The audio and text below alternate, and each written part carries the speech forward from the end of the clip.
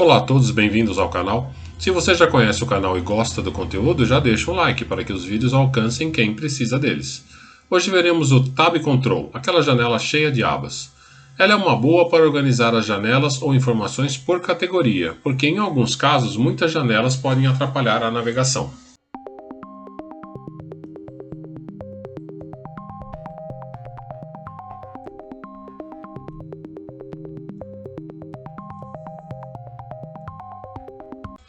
Já estou com o código aqui, como estamos sempre fazendo agora, para economizar tempo.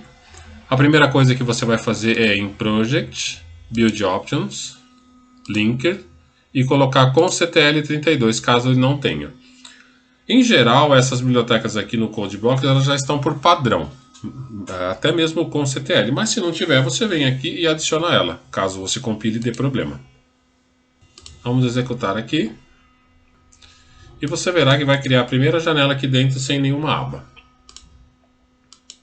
O código está aqui no Tab H. Nós temos o QR Control. Ele precisa da instância do programa, do handle da janela, porque ele vai ser criado dentro, vai ser uma filha. E eu estou voltando aqui o handle do Tab Control para uso futuro. No CPP, o que nós temos aqui nós temos aqui o handle da janela, que eu vou precisar futuramente. Nós temos o TC Item, que é uma estrutura que vai permitir que crie as abas. E a criação do Tab Control tem o Init Common X, que precisa saber se o Windows, na versão que você está usando, tem o controle de Tab, que está aqui, e Tab Classes. Se é permitido utilizar o Tab Classes dessa versão. Se estiver tudo bem, ele vai criar a janela com o WC Tab Control. E aqui algumas características que a janela tem que são padrão. Você pode mudar à vontade se você quiser e brincar com elas. Vamos aqui no main CPP. Vamos descomentar aqui o tab. E vamos executar uma vez. Clicando no botão, ele apareceu a aba 0, que é uma das abas aqui no Tab Control. A aba vai ficar aqui dentro.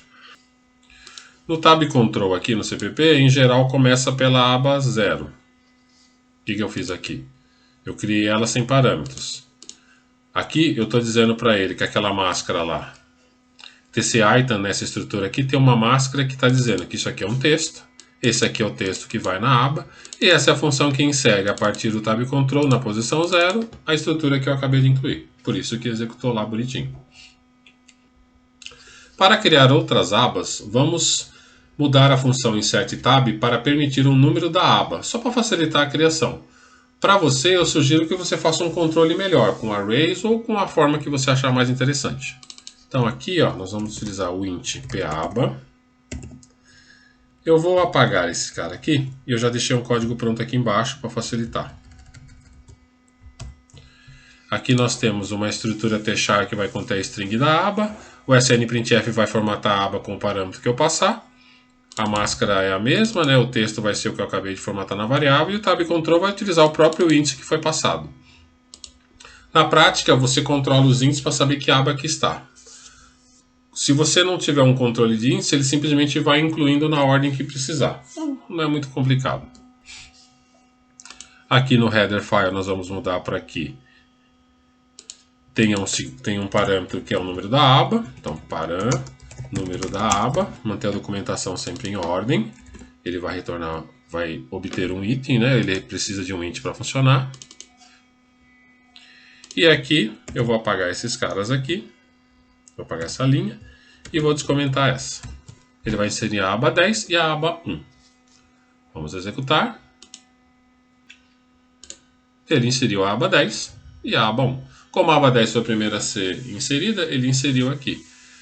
Você está vendo que ele não inseriu a 1 e a 10, inseriu a 10 e a 1, então é inserida por ordem, mas se você puder controlar o índice de acordo com a inserção, vai facilitar bastante,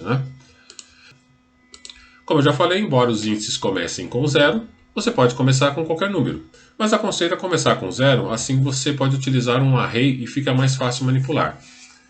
Em algum momento, ou você vai adicionar 1 para que visualmente comece com o número 1, ou você vai subtrair 1 para que internamente ele comece com o array 0. Então tem que tomar cuidado com isso daí. Como eu estou retornando o Tab Control aqui, eu vou criar o Notify, que já está aqui embaixo, para você poder controlar o que foi clicado. Nós temos o primeiro, que é o Cell Change, que é a mudança de uma aba para outra, e o Cell Changing, que é quando você clica e vai mudar, é o processo de início de mudança. Seria mais ou menos como se você tivesse dado um keydown. Assim você consegue saber quando ele está começando a mudar de aba e no Cell Change quando ele realmente mudou de aba. Vamos executar. Se eu clicar na aba, nada. Se eu mudar de aba, ó, ele entrou no processo de changing, depois entrou no processo de já alterado. Se eu mudar novamente, a mesma coisa.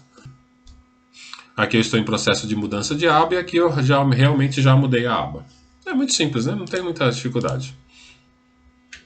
Esses são os dois sinais mais comuns, embora o Cell Change, como eu falei, seja o mais útil. Uma outra coisa, cada tab da janela, vamos executar de novo, cada tab desse, ó, tá vendo?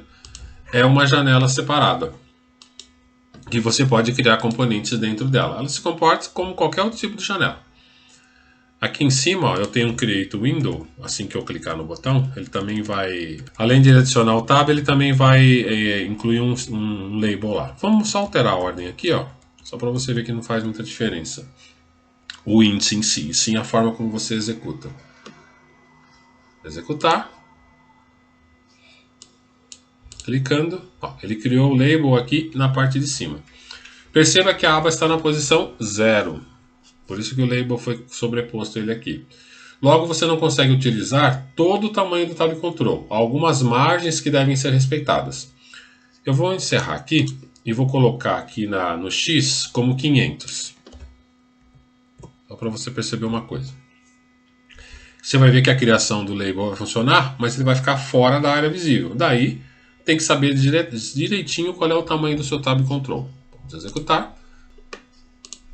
Ó, ele foi criado, mas ele está fora da área disponível. Ele está fora da área visível do Tab aqui. Então você não consegue visualizar. Vamos voltar aqui.